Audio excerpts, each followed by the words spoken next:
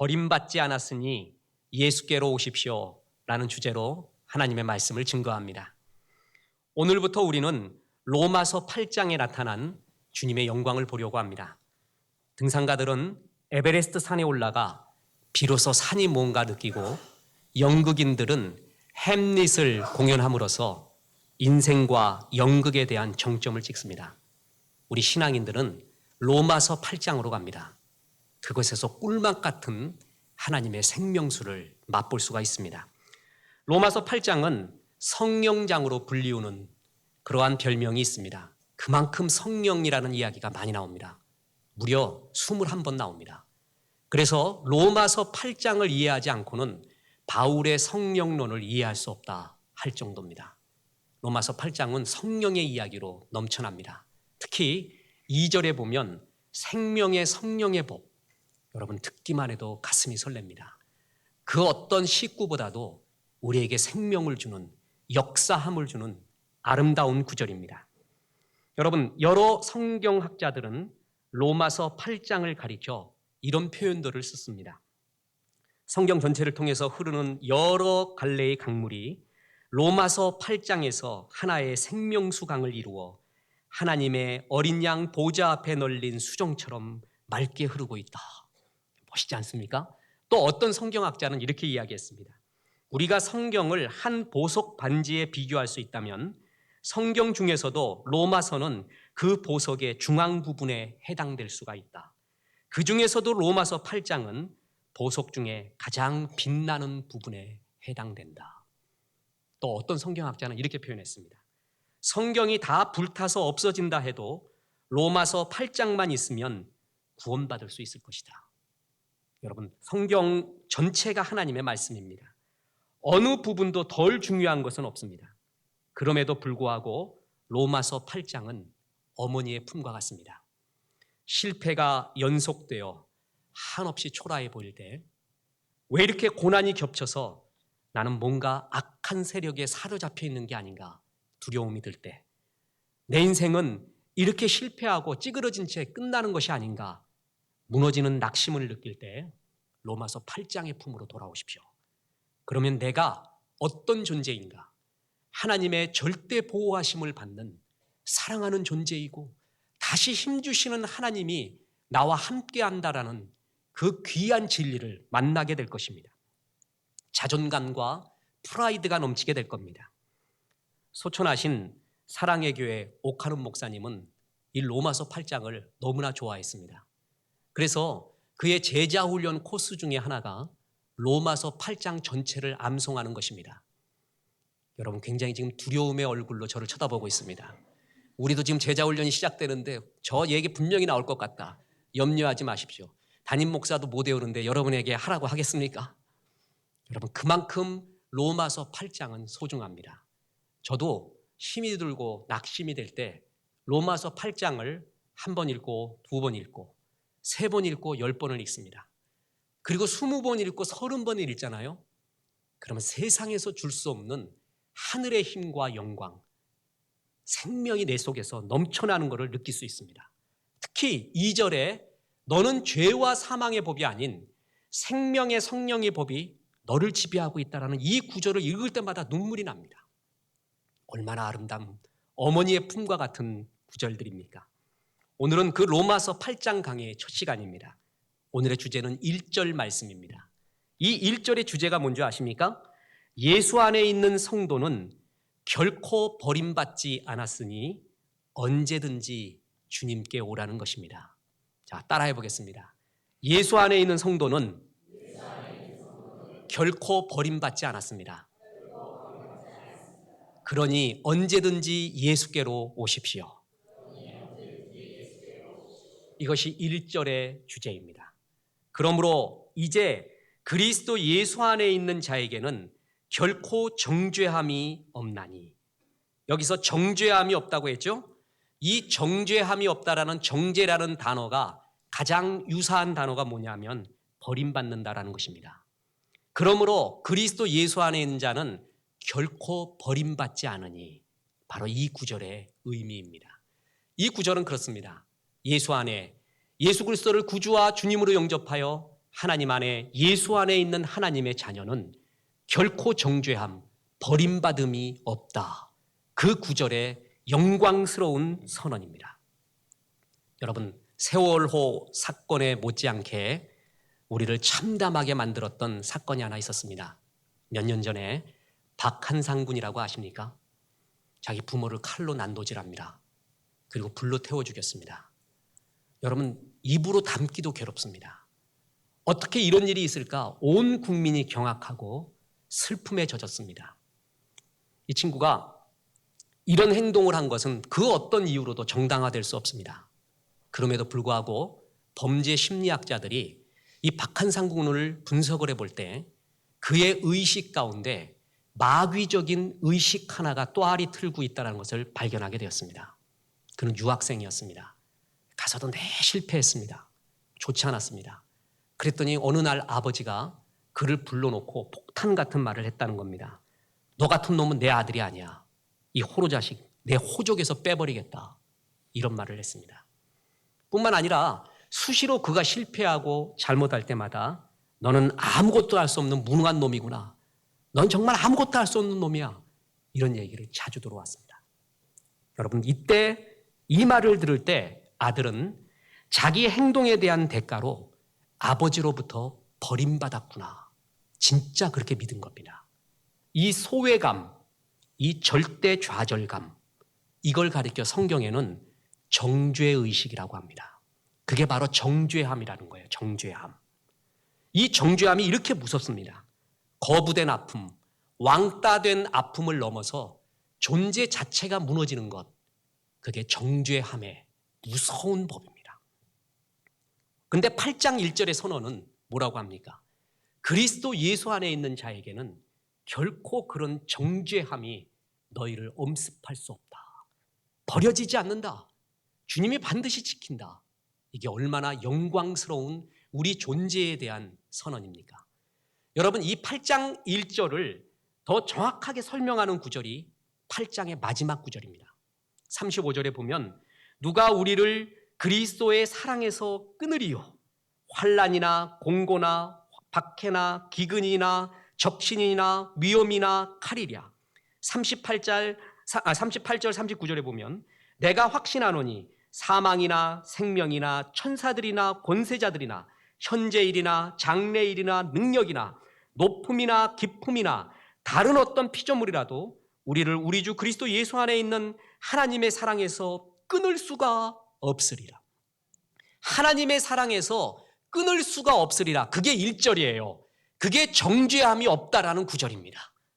로마서 8장은 하나님의 사랑에서 결코 끊어질 수 없는 우리의 영광스러운 존재, 그에 대한 선언입니다. 우리는 인생 도산에서 수없이 넘어집니다.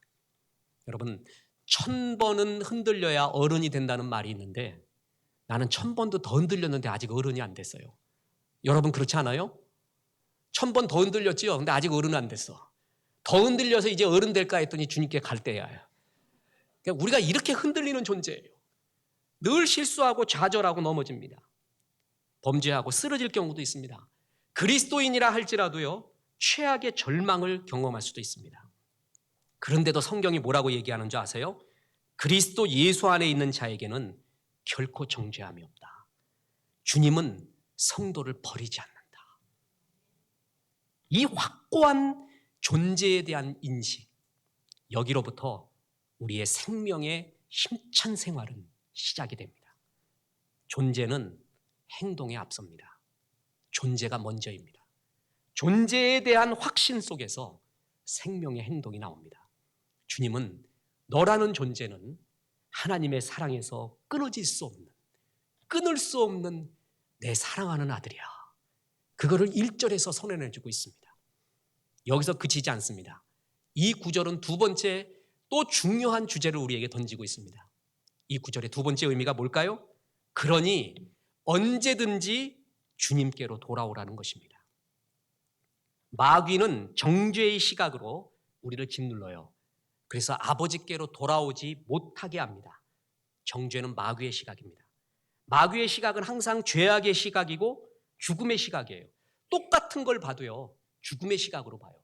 아주 끌어내려요. 블랙홀까지 끌어내려서 죄와 죽음과 낙심의 구렁텅이로 날 빠뜨려 넣어요.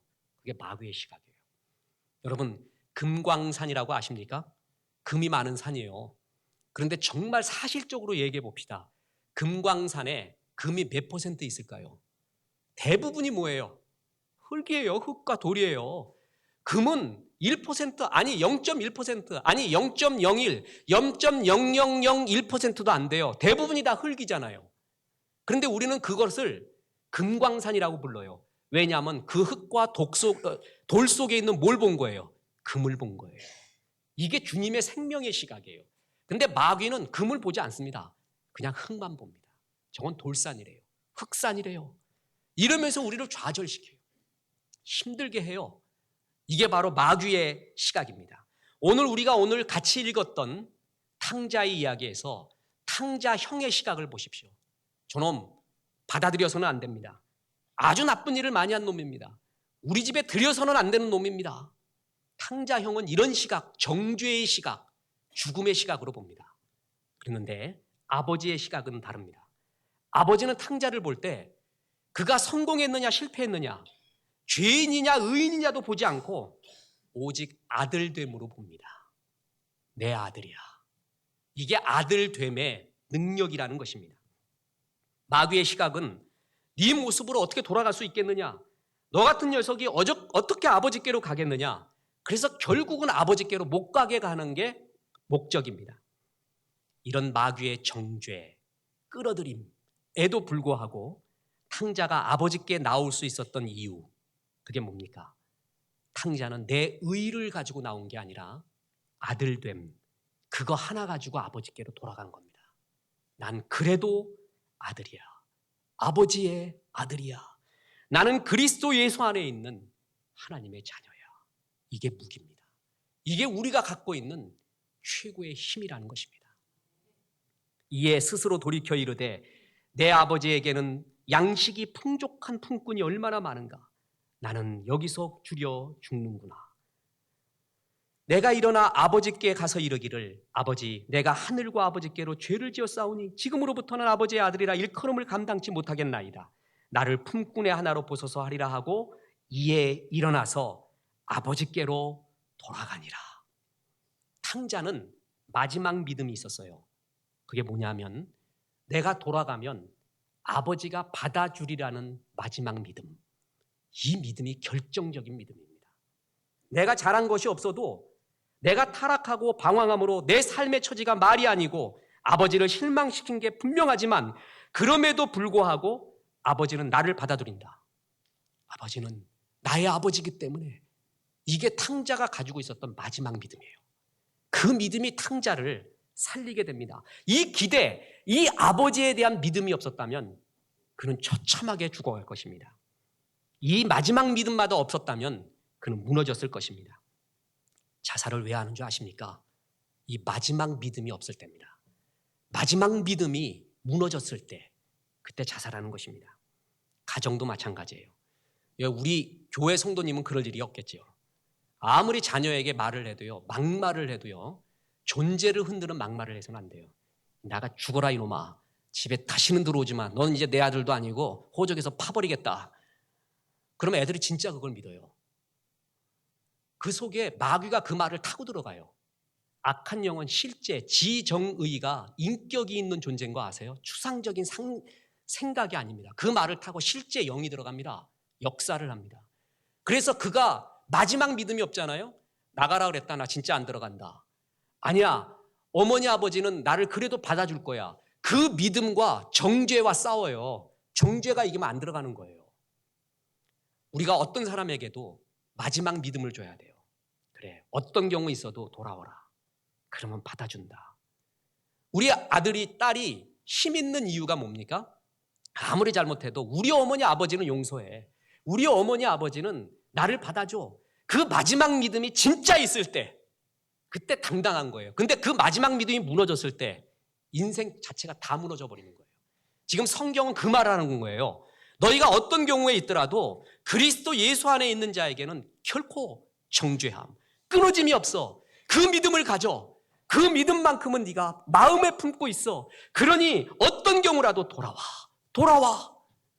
이게 성경이 우리에게 전해주는 마지막 믿음의 확고한 선언인 것입니다. 못 날아가서 탕자는 어떤 처지까지 이르렀습니까? 그는 마침내 돼지우리 속에서 돼지 먹이인 쥐염 열매를 먹고 살았습니다. 그런데도요, 돼지같이 사는 거죠. 탕자와 돼지가 근본적으로 본질적으로 다른 점이 있습니다. 돼지는 돌아갈 아버지가 없어요. 그런데 탕자는 나를 받아주는, 돌아갈 수 있는 아버지가 있습니다. 전혀 달라요. 돼지하고 탕자는 다른 거예요. 그런데 마귀는요, 계속 탕자에게 쥐염 열매를 줍니다. 조금씩 줘요. 그러면서 돌아가지 말래요. 뭐같이 살라는 거예요? 돼지같이 살라는 거예요. 내 존재 자체를 그리스도 예수 안에 있는 하나님의 자녀가 아닌 돼지라는 거예요. 돼지. 그렇게 살라는 거예요. 이게 마귀의 정죄입니다. 그리고 마귀가 우리를 죽음으로 이끄는, 구렁텅이로 이끄는 계략이라는 것입니다. 그래서 세상에서 제일 불쌍한 사람이 누군지 아십니까? 마귀가 조금씩 던져주는 돼지 쥐염 열매 맺고 돼지처럼 사는 사람이에요. 하나님은 그래서 나를 정말 사랑해서 돼지 쥐염 열매를 끊어버립니다. 그것마저 끊어졌을 때 진짜 아버지를 생각하는 것입니다. 그래서 어거스틴은 이런 말을 했습니다. 탕자는 조금 배고플 때는 쥐염 열매를 찾았다. 그러나 진짜 배고플 때는 아버지를 찾게 되었다. 우리가 살면서 배고프고 목마를 때가 있습니다. 근데 적당히 배고프고 적당히 목마르잖아요. 그럼 주님을 안 찾아요. 어떤 사람을 정말 사랑하잖아요. 그러면 지독한 죽을 것 같은 목마름을 줘요. 죽을 것 같은 배고픔을 줘요. 그러면서 주님이 이런 선언을 합니다. 명절 끝날 곧 큰 날에 예수께서 서서 외쳐 이르시되 누구든지 목마르거든 내게로 와서 마시라. 내가 주는 물을 먹는 자는 그 배에서 생수의 강이 흘러넘치리라. 이때 주님의 은혜가 뭐예요? 목마름이 은혜예요. 주님의 은혜는 먼저 뭘 느끼게 해요? 목마름을 느끼게 해요. 목마름은 능력이고 은혜에 대한 갈구입니다. 진짜 목마름이 있어야 진짜 진리를 찾아요. 제일 큰 저주가 뭔지 아세요? 내 삶에 목마름이 없을 때예요. 아니 있어요. 있는데 그 목마름이 뭐냐면 내 정욕과 욕심에 대한 목마름만 있어요. 이 사람 제일 저주받은 사람이에요. 진리와 진짜 영원한 것, 썩지 않는 것에 대한 목마름, 그거를 어떤 이유로든 느끼지 못한다. 저주받은 거예요. 주님은 목마름을 느끼게 해요. 그때 어떻게 해야 돼요? 누구든지 목마르거든 내게로 오라. 여기까지 나가야 돼요. 목마름의 축복을 받았으면 아버지께, 예수께로 가야 돼요. 초대왕, 이스라엘의 초대왕 사울이 잘못한 게 뭐예요? 이런 목마름을 느꼈을 때 하나님을 깊이 찾지 않고 누구에게로 갔어요? 엔돌의 신접한 여인한테 갔단 말이에요. 목마르지만 누구한테 찾아가느냐? 그 목마름을 해소하기 위하여. 여기 또 결정적인 차이가 나요. 주께로 오라는 거예요. 그런데 엉뚱한 걸 찾아가요. 드라마 속에 보니 꼭 나하고 똑같은 사람이 있더라. 위로받고 그 사람의 해결책을 내 해결책으로 여겨요? 힐링센터, 커피숍에 가고 여행을 가고 끝없이 전화하고 그곳에서 나의 치료가 있을 거야. 이 목마름이 해소될 거야. 엉뚱한 대로 계속 찾아가면 답이 없습니다. 목마름을 왜 느끼게 했느냐? 정말 예수 발견하게 하기 위해서예요. 예수를 발견하는 거예요. 일생에요. 한 번 뜨겁게 만나야 돼요. 한 번, 두 번 정말 깊은 회개해봐야 돼요. 그래야 정말 주님이 살아계심을 알아요. 그래서 주를 만나야 돼요.